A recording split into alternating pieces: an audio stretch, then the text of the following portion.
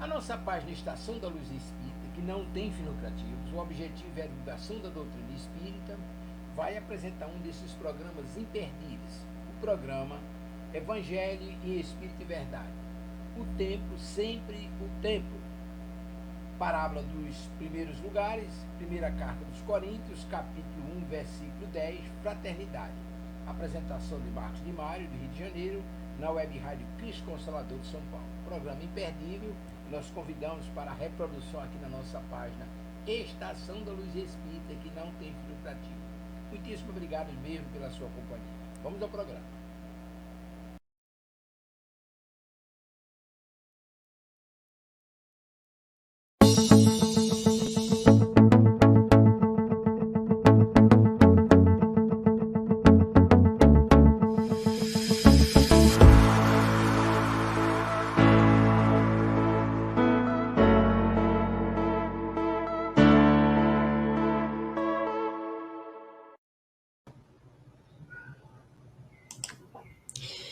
Olá, seja bem-vindo, seja bem-vinda. Aqui estamos iniciando mais um programa, o Evangelho em Espírito e Verdade, convidando você para participar sobre as bênçãos do nosso Mestre Jesus. Isso porque estamos aqui ao vivo, através da web rádio Cristo Consolador, toda quinta-feira, às 5 da tarde, estudando as lições do Evangelho, a sua história, suas consequências quando suas lições são aplicadas, sempre à luz da doutrina espírita. Então, é um prazer estar com você. Vamos ajustar aqui um pouquinho a câmera, vamos para ficar ainda melhor. Agora sim, melhorou, né?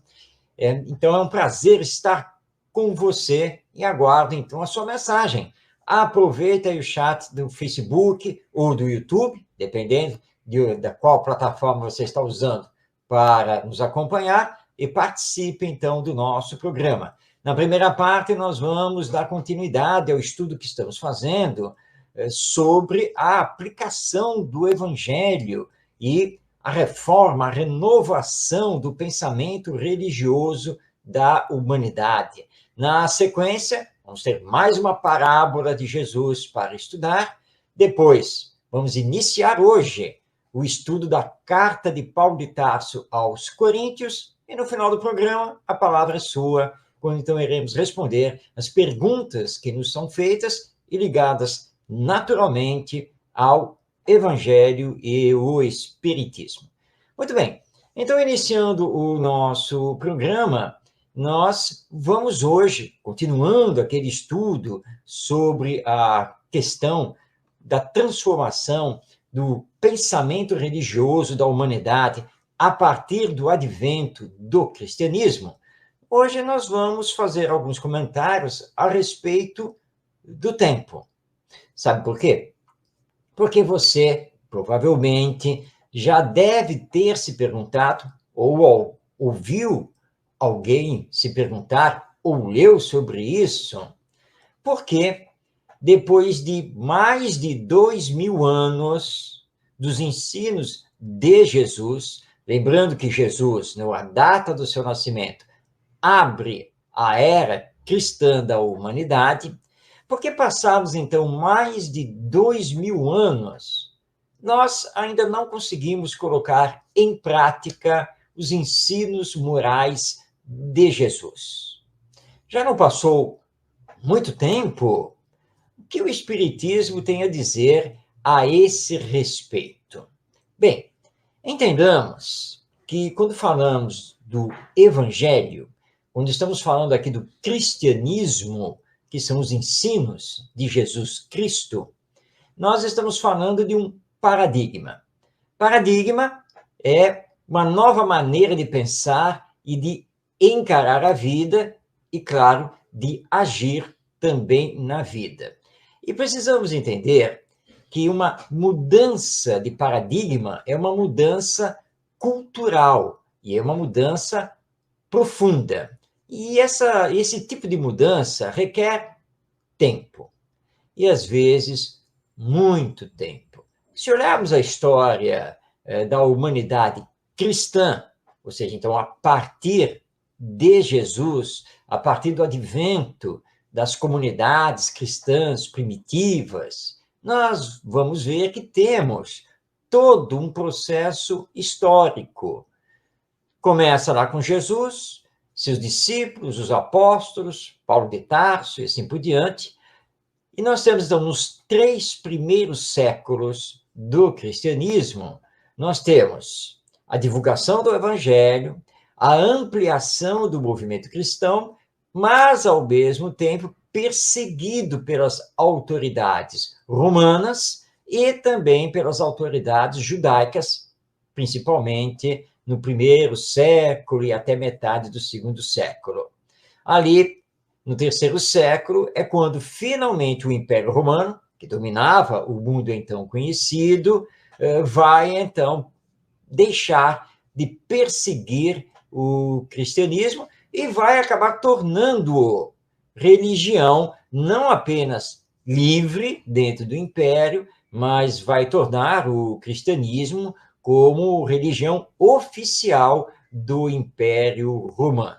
E aí começa a história, no século III, da Igreja Católica Apostólica Romana. Então, interpretações, cultos, rituais que começam a surgir e as comunidades passam a ser chamadas de igrejas. Você tem, a partir daí, todo um histórico que vai aproximadamente até os anos 900, quando o Império Romano, pouco a pouco, vai se esfacelando, vai terminando, vai sendo substituído, e ali pelo ano 1000, nós vamos ter, na Europa, nós vamos ter o advento, então, da chamada Idade Média. Mas a Idade Média, ela também se divide em Baixa Idade Média e Alta Idade Média, que vai perdurar até aproximadamente, a Idade Média como um todo, vai perdurar até aproximadamente os anos 1500, quando há uma mudança, começa a haver uma mudança histórica, cultural, e nós vamos entrando para o campo do Renascimento e a Idade Moderna, que perdura até o final do século XVIII, quando nós vamos ter, então, a chamada Idade Contemporânea. Tudo isso na cristandade ocidental, olhando para a Europa, apenas e tão somente. E o ser humano, nesse tempo todo, discutindo, estudando, interpretando e praticando de várias formas os ensinos do nosso Mestre Jesus. Nós temos aí a Igreja Católica, que é a mais antiga na sua interpretação. Vamos ter as igrejas protestantes, porque são várias, a partir de Lutero, ali nos anos 1500. Vamos ter depois uma dissidência da Igreja Católica, e que vai formar a Igreja Ortodoxa, que existe muito ali no leste europeu e parte da Ásia, até chegarmos no Espiritismo na metade do século XIX. Todas doutrinas cristãs, mas com interpretações diferenciadas e práticas também diferenciadas. Por isso, então, transformação do pensamento religioso é algo que se faz por etapas, é algo que se faz através do tempo. Ou seja, por exemplo, não entra o Espiritismo e sai a Igreja Católica. Estamos aqui apenas dando exemplo. E isso não acontece.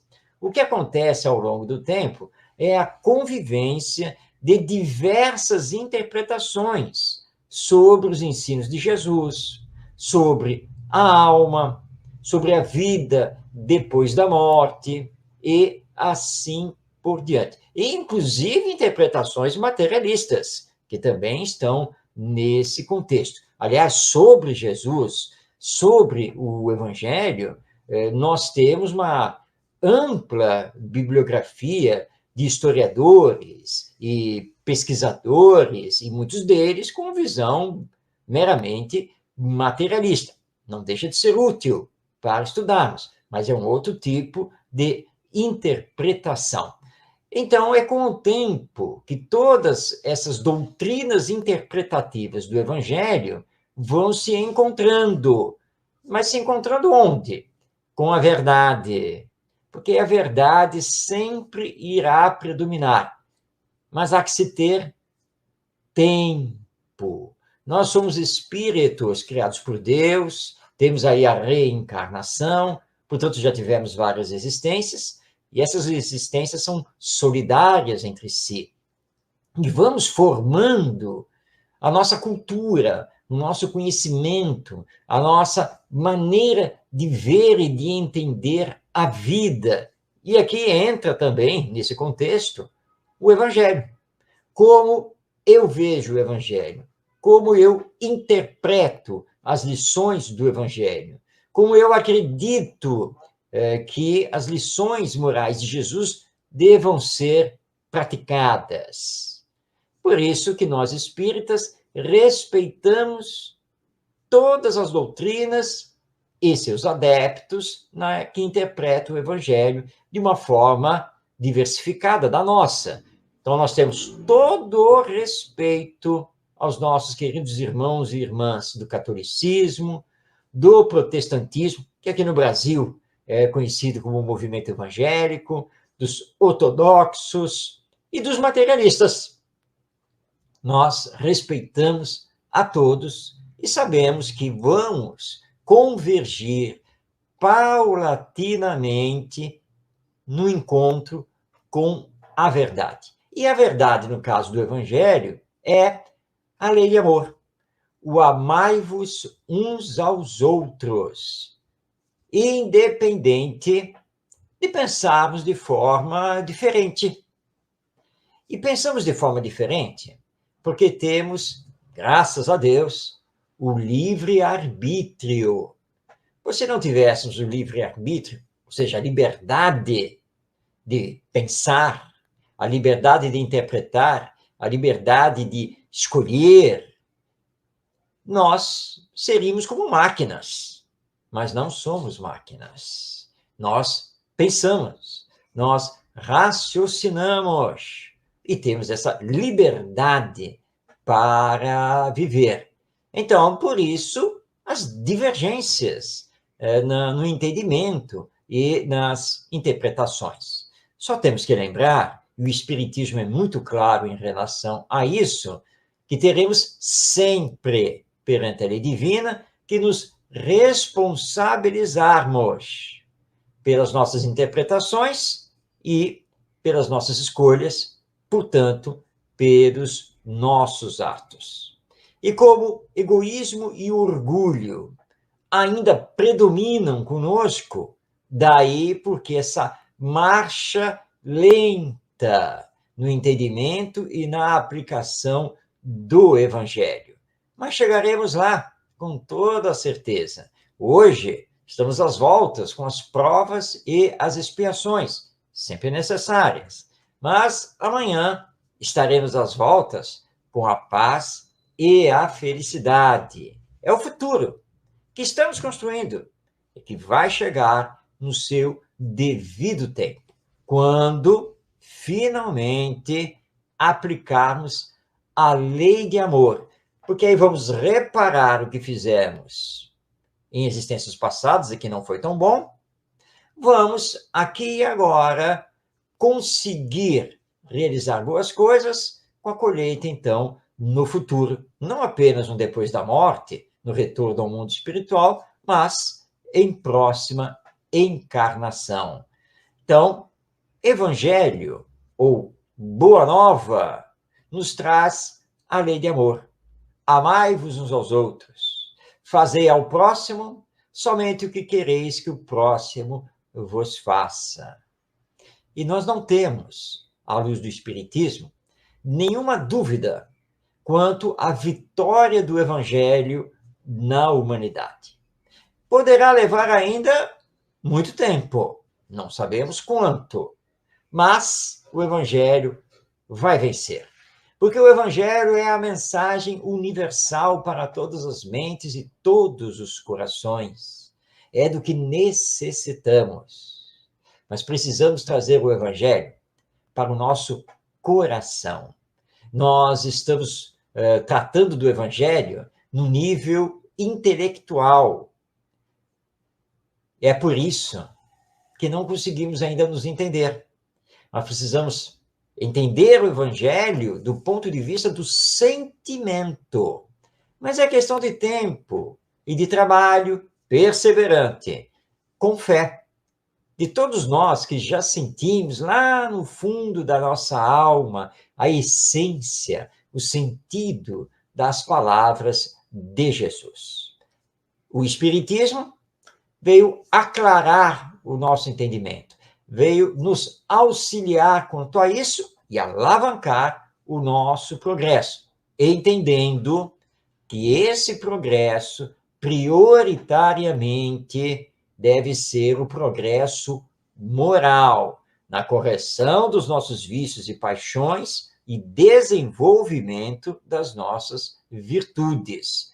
E aí, então, nós vamos conseguir trabalhar de modo mais pleno Deus e a sua criação universal, a imortalidade da alma, a vida futura, que continua no pós-morte, a comunicabilidade entre o mundo espiritual e o mundo material, entre encarnados e desencarnados, e a lei de evolução, que se realiza através da reencarnação. Portanto, o Espiritismo vem contribuir para que possamos entender e praticar o Evangelho. Mas também nos avisa que tudo isso vai acontecer com o tempo. Relembrando, não é fácil mudar um paradigma cultural, filosófico, religioso na nossa humanidade.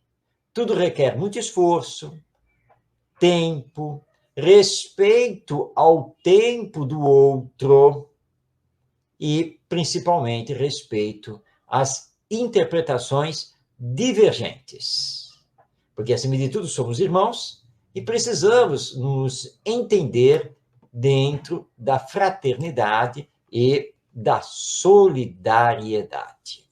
Então, não esqueçamos disso. Estamos recebendo aqui participações, a Albertina Zacarias nos dando aqui um boa tarde a você, Albertina, e a todos também. Temos aqui a participação da Maria Dinar Costa. Boa tarde, queridos irmãos. Ela é de Salvador, Bahia.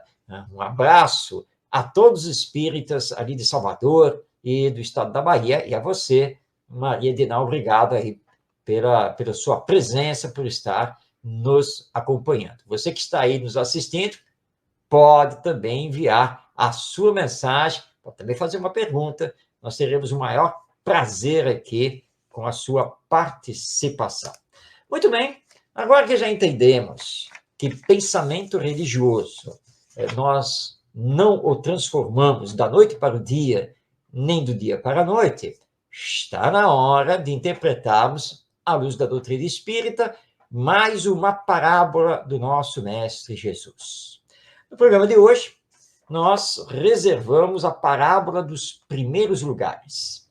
Essa parábola está no Evangelho segundo Lucas, no seu capítulo 14, nos versículos 7 a 11. Vamos, então, recordar essa parábola. Ao notar como os convidados escolhiam os primeiros lugares, propôs-lhes esta parábola. Quando fores por alguém convidado para um casamento, não te sentes no primeiro lugar, para não suceder que seja por ele convidada uma pessoa mais considerada do que tu, e, vindo o que te convidou a ti e a ele, te diga: dá o lugar a este, e então irás envergonhado ocupar o último lugar. Pelo contrário, quando fores convidado, vai tomar o último lugar, para que, quando vier o que te convidou, te diga: amigo, senta-te mais para cima. Então isto será para ti uma honra diante de todos os mais convidados. Pois todo o que se exalta será humilhado, mas todo o que se humilha será exaltado. Eis aí, então, a parábola dos primeiros lugares. Como sempre, nosso mestre Jesus nos levando, através dessa parábola, para o cotidiano, para o nosso dia a dia. E aqui ele utilizou uma festa de casamento, como poderia, obviamente, utilizar qualquer outro tipo de festa para dar o exemplo dentro desta parábola. O que acontece quando nós comparecemos a uma cerimônia? Ou quando vamos, por exemplo, a uma sala de cinema, a uma sala de teatro, e assim por diante. Nós procuramos os melhores lugares, não é mesmo? Mas Jesus nos lembra o seguinte: olha, você foi convidado para uma festa. Que bom! E você, então, aceita o convite e comparece à festa. Mas você precisa lembrar que o aniversariante, ou os que estão aqui casando, enfim, tem que lembrar que aquele que lhe convidou também convidou a outros. E que no nível sentimento, amizade, ele pode querer que este e não aquele esteja de fato ali à frente. Então, quando você chegar, não procure os primeiros lugares. Não queira logo se destacar. Senta lá pelos últimos lugares. Fique tranquilo na sua. Porque se você sentar logo lá na frente e quiser se destacar, pode ser que aconteça que aquele que lhe convidou chegue até você e diga: meu amigo, me desculpe, mas olha só, é que eu estou recebendo fulano ou fulana, que eu quero muito que ele sente aqui na frente, por causa disso ou daquilo. Você pode sentar mais atrás. Você, constrangido, vai ter que levantar e ir para trás. Então, faça o seguinte: fique atrás. Porque ele, em lhe vendo, pode ir até você. Meu amigo, não, sente aqui não. Vem comigo, vamos ficar lá na frente. Faço questão de você aqui na frente. E aí Jesus encerra essa história, esta parábola, dizendo que todo o que se exalta será humilhado, mas todo o que se humilha será exaltado. Esta parábola dos primeiros lugares, ela está intimamente ligada à virtude da humildade, porque sentar atrás nos últimos lugares não pode ser feito de caso pensado para provocar que o anfitrião lhe chame lá para frente. Não. Você simplesmente, com a sua humildade, você não quer aparecer, nada disso, você vai lá sentar no local mais atrás, vai ficar bem tranquilo ali. E se não acontecer de ser chamado para frente, ótimo, está tudo bem, sem nenhum problema, porque essa não era a sua intenção. Isso numa festa, como em verdade, em todas as circunstâncias da vida humana. Quem se acha, quem fica se exaltando, quem fica sempre se sobrepondo aos outros, tem que lembrar que aqui mesmo, na existência terrena, ou depois da morte, vai acabar sendo o último dos últimos. Porque não é agradável a Deus o orgulho, a prepotência. E quem age dessa maneira vai responder perante a lei divina. Por isso, então, que coloca Jesus: os primeiros serão os últimos, e os últimos serão os primeiros. Porque a lei divina funciona de forma muito diferente da lei humana ou da sociedade humana. Deus deseja que sejamos humildes e bons. E não que nos achemos os melhores e que todo mundo depende de nós.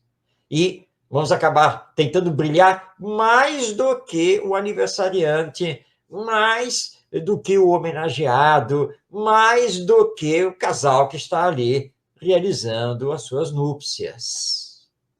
Fiquemos no nosso lugar. É isso que precisamos fazer.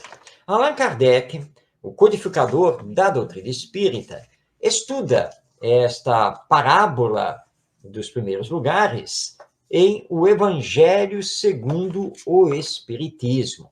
Vamos então ver algumas palavras do nosso Allan Kardec, e esse estudo está no capítulo 7, itens 5 e 6. Então, capítulo 7, itens 5 e 6, de O Evangelho segundo o Espiritismo. Vamos trazer aqui algumas considerações feitas por Allan Kardec a respeito desta parábola de Jesus. Diz então o nosso codificador, vamos abrir aspas para ele. Estas máximas decorrem do princípio de humildade que Jesus não cessa de apresentar como condição essencial da felicidade prometida aos eleitos do Senhor, e que ele formulou assim: bem-aventurados os pobres de espírito, pois que o reino dos céus lhes pertence. Ele toma uma criança como tipo da simplicidade de coração e diz: será o maior no reino dos céus aquele que se humilhar e se fizer pequeno como uma criança. Isto é, que ele em uma pretensão alimentar a superioridade ou a infalibilidade. A mesma ideia fundamental se nos depara nesta outra máxima: seja vosso servidor aquele que quiser tornar-se o maior. E nesta outra: aquele que se humilhar será exalçado, e aquele que se elevar será rebaixado. Continua Kardec. O Espiritismo sanciona pelo exemplo a teoria, mostrando-nos na posição de grandes no mundo dos espíritos os que eram pequenos na terra, e bem pequenos, muitas vezes, os que na terra eram os maiores e os mais poderosos. É que os primeiros, ao morrerem, levaram consigo aquilo que faz a verdadeira grandeza no céu, e que não se perde nunca, as virtudes, ao passo que os outros tiveram de deixar aqui o que lhes constituía a grandeza terrena e que se não leva para a outra vida: a riqueza, os títulos, a glória, a nobreza do nascimento, etc.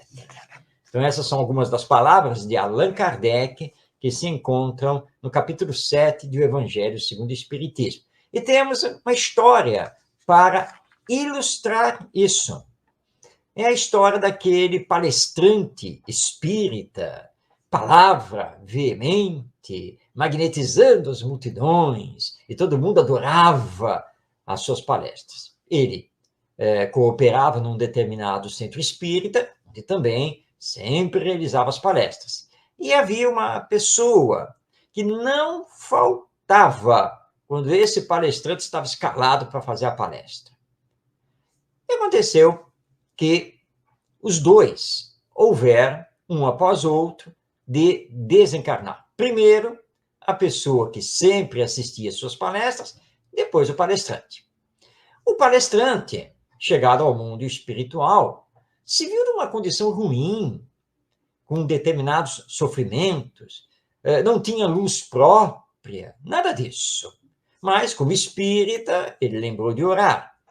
E ao orar e pedir o socorro divino, uma luz se fez e surgiu um espírito para lhe auxiliar, um benfeitor espiritual. Ele olha para o benfeitor espiritual e leva um choque, porque ele reconhece o benfeitor. Era aquela pessoa que ficava lá atrás, no salão do centro espírita, assistindo a sua palestra. Durante anos a fio, isso aconteceu. E ele então indaga, mas eu não estou entendendo nada. Eu fui palestrante espírita, eu não sei o quê, ajudava as pessoas, eu ensinava, e você só assistia às minhas palestras. Como que você está com essa luz toda, essa evolução espiritual toda, e eu estou aqui sem luz e no sofrimento? E aí, o espírito amigo respondeu com bastante simplicidade: "Ô, meu amigo, é que enquanto você falava, eu procurava praticar o que você ensinava. Porque faltou ao palestrante justamente colocar em prática o que ele estudava e ensinava aos outros. Ele não tinha a devida humildade. Então precisamos ter a humildade, porque nada somos e nada ganhamos ainda. Nós temos muito que evoluir, mas temos que estar no caminho, temos que estar no esforço de nos desenvolvermos espiritualmente e moralmente para termos esses ganhos espirituais que tanto desejamos e que Deus deseja também para todos nós, os seus filhos. Quantas coisas, então, pudemos tirar desta parábola do nosso Mestre Jesus? E para que você já saiba, possa até estudar com antecedência, na próxima semana, no nosso próximo programa, nós vamos trabalhar uma outra parábola do nosso Mestre Jesus, que é a parábola da grande ceia. Mas essa é para o próximo programa. Porque agora nós vamos voltar o nosso olhar para Paulo de Tarso. Nós já fizemos toda uma série de programas com o estudo da vida e da obra de Paulo de Tarso e já fizemos o estudo também da carta ou epístola aos Romanos. Hoje nós vamos começar o estudo da carta aos Coríntios. Mais especificamente, da primeira carta aos Coríntios, porque são duas cartas que estão publicadas no Novo Testamento. Coríntios são os habitantes da cidade de Corinto, que fica na Grécia e que, historicamente, é uma cidade que rivalizou com as famosas Esparta e Atenas. E em Corinto, Paulo foi o fundador da comunidade cristã dessa cidade e ele tinha uma ligação muito especial, muito afetiva com a comunidade cristã de Corinto. Na época lá do Império Romano, Corinto era uma cidade muito importante, porque ela estava num entroncamento de ligação entre a Europa e a Ásia, e era muito próxima a dois portos importantes do Império Romano. Era, assim, um entroncamento comercial do Império. Agora, Corinto tinha uma cultura muito diferente da cultura asiática, principalmente da cultura conhecida por Paulo na Palestina, que é a cultura judaica, porque predominava em Corinto a cultura helenística, né? Uma cultura pagã. E, com o tempo, essa cultura pagã, helenista, ela vai começar a exercer influência sobre as interpretações e as práticas relativas ao Evangelho. Por isso, então, a comunidade cristã de Corinto troca correspondências com Paulo de Tarso. Os estudiosos, os pesquisadores, já chegaram à conclusão que, muito provavelmente, existiram 4 cartas de Paulo de Tarso aos coríntios, mas chegaram até os nossos dias apenas 2. E esta primeira carta, na verdade, não seria a primeira, e a segunda também não seria a segunda. Mas as outras 2 cartas foram perdidas. Não se encontrou nada sobre elas, mas sabe-se, por diversos depoimentos, por outros documentos e escritos, que elas de fato existiram.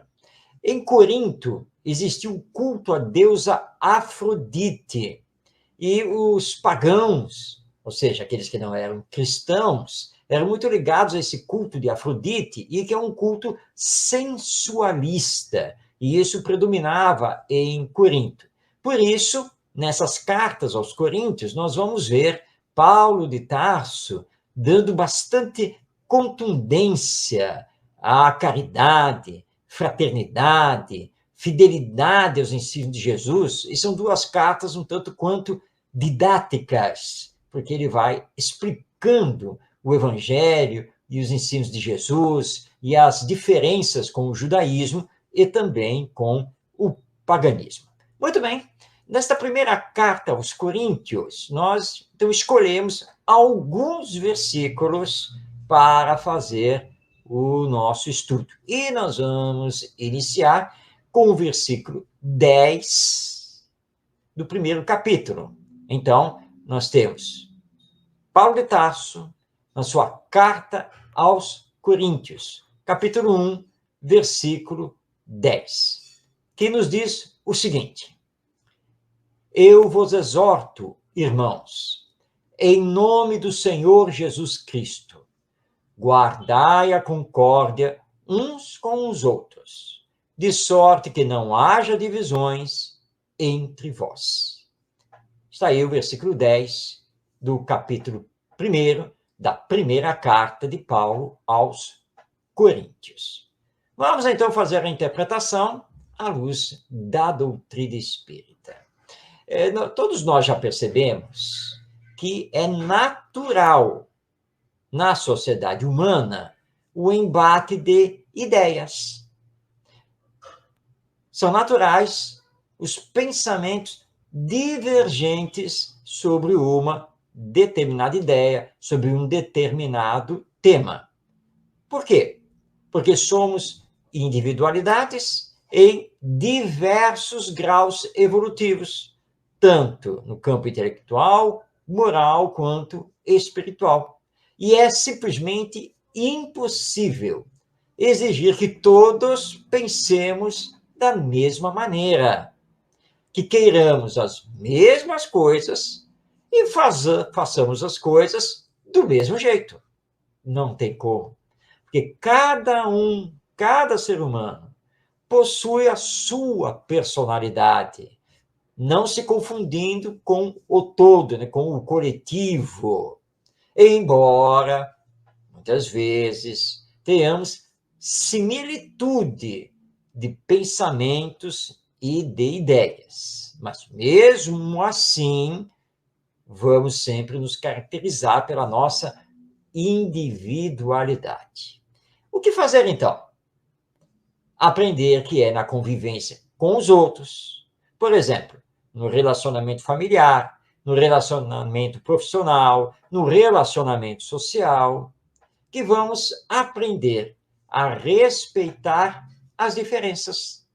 E, pouco a pouco, vamos estabelecer relações de fraternidade, onde divergência de ideias, opiniões diferenciadas não vão se confundir com dissensão com este ou aquele.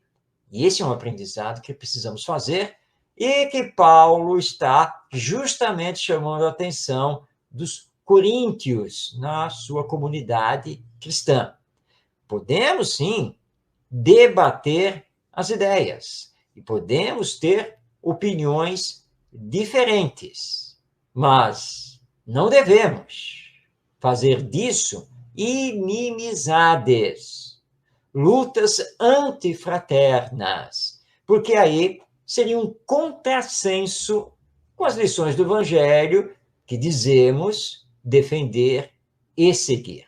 Portanto, debater ideias é muito diferente de cortar relacionamentos, de cancelar a pessoa nas redes sociais, de não suportar esta ou aquela pessoa ao seu lado. Podemos, e sempre com educação, divergir, sim, nas ideias, nos nossos pensamentos, Mas não podemos e nem devemos levar isso para o campo pessoal, em discussões que vão faltar com o respeito ao outro e descambando, infelizmente, por ataques que apenas promovem o mal. E todos nós conhecemos isso muito bem, quando confundimos o embate de ideias com a guerra entre pessoas, mas são coisas totalmente distintas. Paulo sabia muito bem disso. Por isso, na sua primeira carta aos Coríntios, ele conclama que os cristãos lá da comunidade, na cidade de Corinto, na Grécia, lutassem pela concórdia, o diálogo construtivo, a fraternidade, a solidariedade, porque ele sabia das consequências funestas das divisões no seio das comunidades cristãs recém-formadas. Isso vale também para nós, no Centro Espírita e no movimento espírita. Diálogo sempre construtivo, fraternidade e solidariedade. Conseguir o entendimento através dos pontos comuns. É isso que temos que fazer, porque se assim não procedermos, estaremos muito longe do Evangelho. E o espírita tem que se esforçar para ser um verdadeiro cristão. Então, em nome de Jesus, não podemos semear o embate improdutivo, a divisão de esforços por causa de pontos de vista, de interpretações. Podemos divergir, não pensar do mesmo jeito, mas isso não pode gerar inimizades e perturbação da ordem no agrupamento cristão ao qual pertencemos, seja como espírita, como católico, como evangélico e assim por diante. Seguir o Mestre Jesus significa, acima de tudo, amar. E o amor não pode provocar a guerra. É um total contrassenso. Assim, quando você estiver diante de uma opinião ou de uma interpretação que lhe desagrade, você tem o direito de expor o seu pensamento, mas com respeito ao outro. Porque podemos, vamos falar isso novamente, divergir nas ideias, mas isso não deve acabar com a amizade e a fraternidade, ainda mais entre irmãos de mesma crença. É inconcebível aqui imaginarmos espíritas brigando entre si e cortando relações, não é mesmo? E assim, claro, entre todos os cristãos. A divulgação do Evangelho exige trabalhadores conscientes dos seus ensinos, acima de tudo, no esforço de exemplificação das lições de Jesus. Portanto, entre cristãos, agora falando de uma forma geral, e entre espíritas, de forma particular, não pode haver discórdia, mas aproximação através dos pontos comuns e da fraternidade, que nos deve caracterizar. Porque se assim não acontecer, as comunidades cristãs vão se esfacelar. E nós não estaremos, de fato, representando o Evangelho. Fraternidade, portanto, acima de tudo, com respeito ao outro, mesmo que ele pense de forma diferente. Tudo isso, então, estamos extraindo aqui de Paulo de Tarso, quando ele, então, na primeira carta aos Coríntios, no capítulo 1, versículo 10, nos diz: Eu vos exorto, irmãos, em nome do nosso Senhor Jesus Cristo, guardai a concórdia uns com os outros, de sorte que não haja divisões entre vós. Nós vamos continuar o estudo desta primeira carta aos Coríntios no próximo programa. Então, você se prepare, semana que vem. Nós vamos conhecer um pouco mais da comunidade cristã da cidade de Corinto e, claro, mais um ensino de Paulo de Tarso, esse verdadeiro representante do Evangelho na humanidade e para todos os tempos, porque nós sempre temos muito o que aprender com Paulo de Tarso. Bem, estamos chegando na parte final do nosso programa. E esta parte é sempre dedicada a você que nos acompanha através da internet, seja toda quinta-feira, ao vivo, a partir das 5 da tarde, seja depois, porque o vídeo do nosso programa ele fica disponível no canal da Web Rádio Cristo Consolador, lá no YouTube. Então, lá no YouTube, faz lá a busca, Web Rádio Cristo Consolador.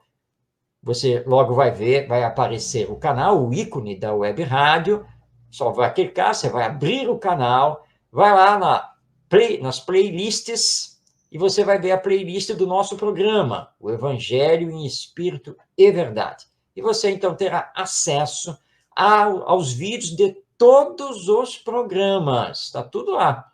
Então, se você não pode nos acompanhar ao vivo, quinta-feira, a partir das 5 da tarde, a qualquer momento, em qualquer dia, você acessa o nosso programa ali no canal, no YouTube da Web Rádio Cristo Consolador. Muito bem, então, neste bloco final, nós vamos agora passar a palavra a você. Isso mesmo, é você que faz esta última parte do programa, ao enviar pergunta, ao pedir algum tipo de esclarecimento a respeito do Evangelho e do Espiritismo. E você pode fazer como fez a Helena Amorim, lá de Vitória, Espírito Santo. Um grande abraço a todos lá de Vitória, em particular aos amigos e amigas espíritas dessa cidade, que é a capital do estado do Espírito Santo. A Helena enviou a seguinte pergunta: no tempo histórico, qual foi o papel de Israel e do judaísmo a nível espiritual? Excelente pergunta, Helena. Aliás, uma pergunta que, sinceramente, eu nunca tinha recebido. O papel de Israel e do judaísmo na evolução espiritual do ser humano e da humanidade, de uma forma geral. E, em verdade, é um papel de máxima importância. Sim.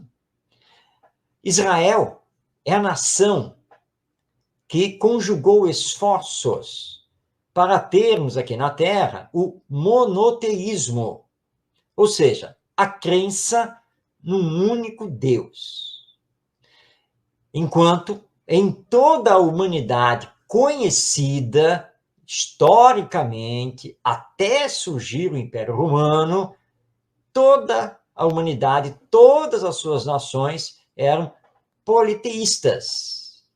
Ou seja, acreditavam em vários deuses: sírios, babilônios, persas, assírios, gregos, romanos, egípcios, hindus e assim por diante. Todos tinham uma mitologia com diversos deuses. Israel sempre acreditou, o seu povo, no Deus único. Isso foi importante porque, com o passar do tempo, sedimentou o terreno para que pudéssemos ter a vinda do nosso Mestre Jesus. Mas, antes dele, nós vamos ter uma figura em Israel que é muito importante também para o advento do cristianismo. Nós aqui nos referindo a Moisés, esse grande revelador, excelente médium, e que recebeu o Decálogo, os famosos 10 mandamentos, que são um resumo da lei divina e da conduta moral que precisamos ter aqui na terra. E apesar dos cativeiros provocados por guerras que Israel, enquanto nação, perdeu, os judeus nunca se perderam da ideia do Deus único e das promessas feitas através dos profetas, grandes médiuns, de que o Messias, o enviado de Deus, viria e levantaria Israel. E assim acontece com a vinda de Jesus. O terreno estava pronto, consolidado, para que Jesus pudesse vir em pleno Império Romano como judeu, porque ele tinha que falar do Deus Pai, o Deus de bondade e justiça. Ele tinha que balançar os paradigmas pagãos de então e alicerçar a ideia do Deus único, que era defendida apenas e tão somente pelos judeus. E aí então vem Jesus. Olha que importância do Estado de Israel, da nação israelita, no tempo histórico da cristandade. E lembrando que os 12 discípulos e a grande maioria dos apóstolos, ou seja, aqueles que vão se juntando a Jesus e seus discípulos, a grande maioria, homens e mulheres, eram judeus. As comunidades cristãs que começam a se espalhar pelo mundo então conhecido, na maioria, são formados por judeus convertidos ao Evangelho. Ou seja, que abandonam o judaísmo para abraçar o cristianismo. E aí os pagãos, ou gentios, ou seja, as outras gentes, os não-judeus, vão também, pouco a pouco, adentrando as comunidades cristãs e abraçando o Evangelho. Então, nós temos que entender que Israel, enquanto nação, promovendo o monoteísmo através do judaísmo, teve uma importância histórica muito grande com relação à espiritualização da humanidade e o surgimento do cristianismo. Embora os judeus nunca tivessem, de fato, na sua grande maioria, acreditado que Jesus era o Messias, e mesmo hoje em dia nós sabemos que os judeus, na sua grande maioria, os que professam o judaísmo, não aceitam Jesus como o enviado, como o Messias que havia de vir, mesmo assim, nós temos que reconhecer a importância histórica do Estado de Israel, da crença monoteísta e do próprio judaísmo, que conseguiu alicerçar, preparar o terreno para a vinda de Jesus e o cristianismo. Mas o cristianismo é uma nova doutrina, e é por isso que se desgarra, se separa do judaísmo. É sempre muito bom conhecer essa história, embora nós, espíritas, estejamos ligados, em verdade, ao Novo Testamento, que é o Evangelho, e não ao Velho Testamento, que traz toda a história, e também dos judeus e ensinos do judaísmo. Mas, historicamente falando, tanto Israel, enquanto nação, e o judaísmo são importantes, sim, para o advento de Jesus e do cristianismo. Bem, estamos chegando ao final desta edição de O Evangelho em Espírito e Verdade. Agradecendo a sua companhia, a você que está aqui conosco ao vivo, a você que vai nos assistir depois através do YouTube. E que possamos estar juntos, à luz da doutrina espírita, conhecendo cada vez melhor o Evangelho e realizando esse esforço para sairmos dessa mera intelectualidade para colocá-lo em prática, conosco mesmos e com os outros, porque isso é o que é, de fato, mais importante para todos nós. Que Jesus, nosso Mestre, nos abençoe, que possamos ter uma ótima semana, levando paz em nosso coração e que possamos, então, estar juntos, através da web rádio Cristo Consolador, na próxima semana. Um grande abraço a você e até o nosso próximo encontro.